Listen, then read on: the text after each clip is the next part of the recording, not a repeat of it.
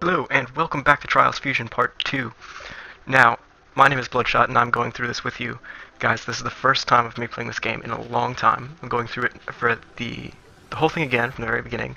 Have to unlock all the bikes, all the tracks, and everything again.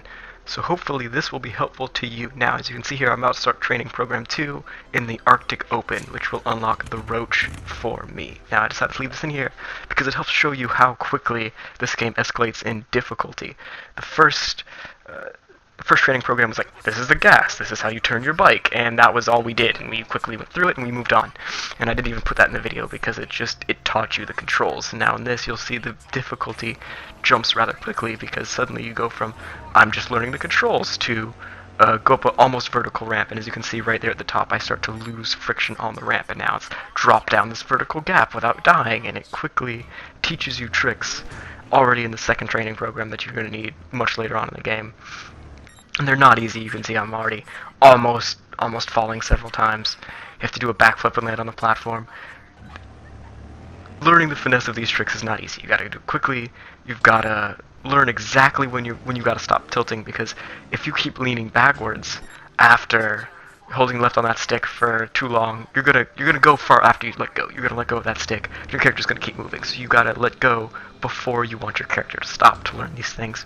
Pushing forward at the top of the ramp to learn these tricks. These I still think are pretty easy.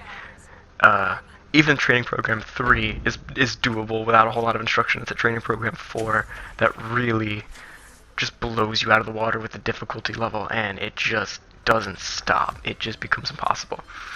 Almost, anyway. So now I guess you have the Roach, and I'm already starting the first track. And you can see I went through all those previous tracks, I think, without any faults. And now on Part 2, I'm already going to start to create faults on myself.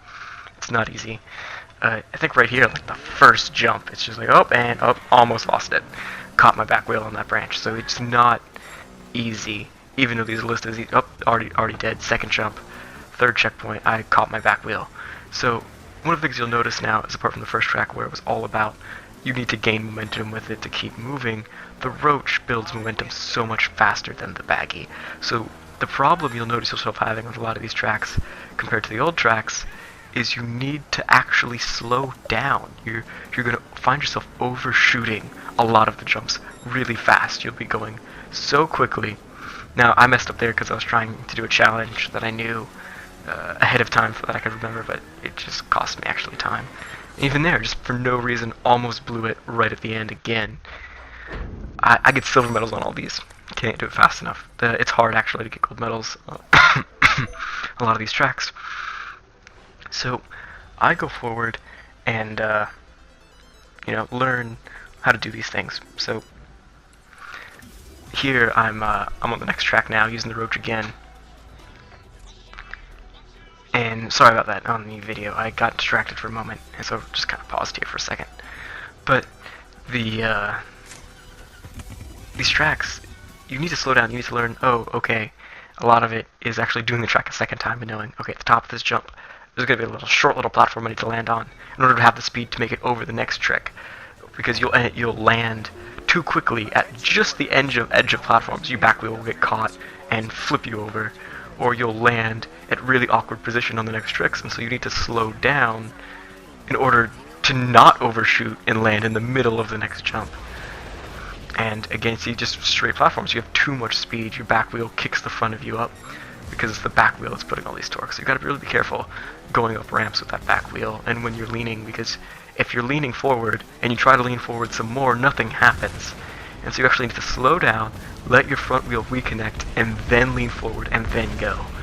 But it becomes really difficult, and even in maps after this, the medium and hard mode maps, where you've got to get that balance just right. And so you can see here, I'd stop, let my wheel go, and then keep going, because if I didn't, it would just flip me backwards off the track and have to reset. So you really have to be careful with these maps and learn these things in the finesse and the carefulness. Now, if you really want to see some crazy things, you can go to the leaderboards and click watch replays and see someone at the #1 spot as the fastest time on the PlayStation or the Xbox or the PC or wherever you're playing. And it's just amazing. As you can see, I already have too much air, and land in the middle of ramps. You want to land on the back of the ramp and go down and then back up on these U-shaped ramps. Landing in the middle and just stopping just kills your momentum, and even though the Roach has a lot of horsepower and can get up to speed real quickly, it doesn't help.